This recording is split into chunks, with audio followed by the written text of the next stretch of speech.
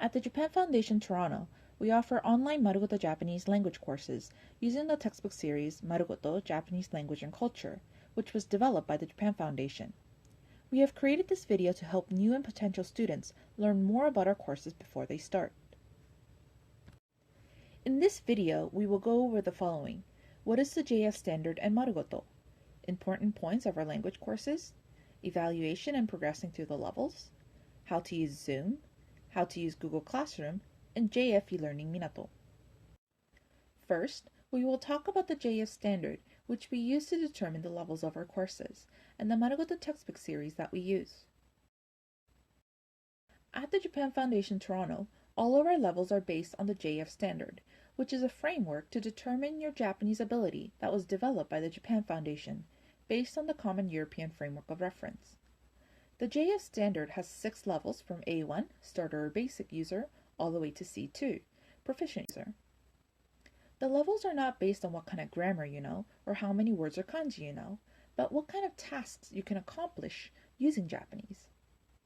In other words, it places emphasis on your ability to use the language to complete specific tasks, or what you can do. For example, an A1 level can-do statement might be, I can give a simple self-introduction, while B1 can-do statement would be, I can write a self-introduction, including what I am interested in, my hopes and aspirations, etc., on a social network site. Even native speakers and advanced language learners will have some areas or language topics they may be proficient in and be classified as C2 speakers, while in other areas or topics, they may be closer to the A1 level. The Marugoto textbook series was developed by the Japan Foundation based on the JF Standard. At the A1 and A2 levels, there are 2 books each, Katsudo or Activity and Nikai or Comprehension. For each lesson, students will start with a Katsudo book, where they will listen carefully to new and unknown language and work together to notice the new language. Then, in the next class, students will cover the same lesson in the Rikai book, where we will take the time to understand new vocabulary, grammar, and sentence patterns. In this way, our students learn how to actually figure out the language on their own and apply it to real-world situations where you don't always know everything being said. As you progress, the textbooks become more comprehensive, so the A2/B1 and B1 levels only have 1 textbook. These books, which we use in our pre-intermediate and intermediate courses, cover all 4 areas of language, listening, speaking, reading, and writing, and bring you out of the classroom and into the real world, exposing you to real situations. Next, we will talk about some important points of our language courses that will help you improve your Japanese language abilities. At the Japan Foundation Toronto, our courses place emphasis on 4 points: listening and speaking, noticing, peer learning, and homework. The first point is listening and speaking, as our courses put an emphasis on improving those skills. Students will listen to lots and lots of audio to become used to Japanese phrases, pronunciation, intonation, and more. After enough input, the focus then turns to practicing speaking. Another way we improve students' oral communication in Japanese is by using a practice technique called shadowing in our listening and speaking activities. Please watch the shadowing video after this orientation video. The second point, noticing, refers to raising students' awareness in learning. In our courses, the teacher will not simply explain the grammar or how the language is being used, but instead we train our students to notice new language and work to understand what is being said. Students will listen to dialogues multiple times and learn to notice by themselves the important expressions used in the conversation and figure out the rules of the language together. The third point is peer learning. Students are encouraged to interact with each other in order to promote peer learning. Our classes will have various interactive activities such as discussions, games, and role-play to give students plenty of opportunities to practice their language together. In other words, in our classes, students learn together by both sharing what they know and learning from each other. The fourth point is homework. There will be homework each week, and while it is not included in the final grade, we expect students to keep up with their homework during the course. The homework provided helps students review what they have learned, prepare for next week's lesson, and build connections in what we are learning from week to week. As homework is an important step in improving your Japanese language ability, We ask our students to take the time to do their homework every week. Next, we will cover how we evaluate students' progress in our courses. In our courses, we have a NINGO challenge at the end of each term, which students can use as a checkpoint to see what they have learned, as well as what they need to work on in the next term.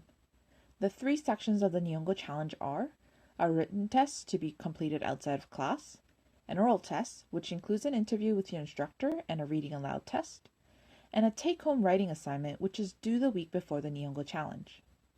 There are no make-up dates for missed examinations, but especially at the end of Term 1 and Term 2, students are more than welcome to continue on even if they missed the Nihongo challenge. At the end of Term 3, you are required to achieve a set score in each section of the Nihongo challenge to continue on to the next level. For our starter course, it is 70%, for our elementary course, 75%, and for all courses from late elementary and higher, 80%. Students who are unable to take the Nihongo challenge at the end of Term 3 in July may be required to take a placement test before continuing on to the next level in September. Next, we want to briefly cover some technical details of our courses. First, we will cover how you can join in the class through Zoom. You don't need to download anything to join a Zoom meeting, but if you want, you can download the Zoom Meetings client. To participate in the Zoom meetings, you will need a webcam and a microphone because we ask our students to have their videos on for easier communication during lessons. We also recommend that you use a computer because while you can use a smartphone or tablet, it's easier to use the chat and screen share functions from a computer. Also, as all of our courses use waiting rooms, you will need to wait for your instructor to let you in when you join. Make sure you use your real name so your instructor knows it's you. If you download Zoom client, all you need to do is click on Join a Meeting and then type in the meeting ID and password that have been emailed to you.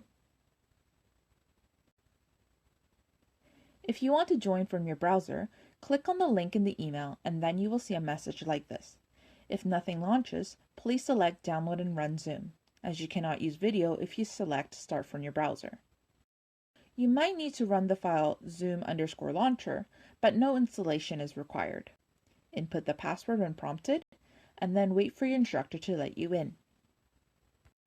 In addition to Zoom, we use Google Classroom in our courses as a place for students to submit their homework and interact with the instructor and classmates outside of class. You need to have a Google or Gmail account to join Google Classroom, and we will email you an invitation or link you can click to join. If you are having trouble joining through the link, you can use the class code to join the class. We are happy to send you the class code if you need it. Once you have the class code, you need to go to the Google Classroom website and then click the plus in the top right-hand corner and select Join Class. Input the class code to enroll in the class. Lastly, we want to mention the Japan Foundation's free self-study site, JF e-learning Minato. The Japan Foundation has created a large variety of Japanese language learning websites and apps, which can be used to supplement your learning. Here at the JFT, we encourage students in particular to use JF e-learning Minato, as it is a great way to reinforce your learning with contents that mirror what we learn in our courses.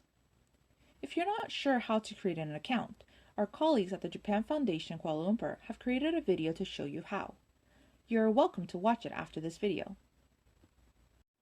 Minato has courses that you can use to review the contents we cover in our starter, elementary, and late elementary classes. You can spot them easily as they're the same colors as the textbooks: pink for starter, orange for elementary, and yellow for late elementary.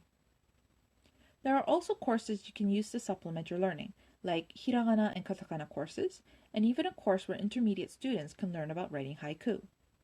We invite all of our students to check out Minato if they are ever looking for extra practice outside of class. Thank you for watching the video, and if you have any questions, please don't hesitate to ask.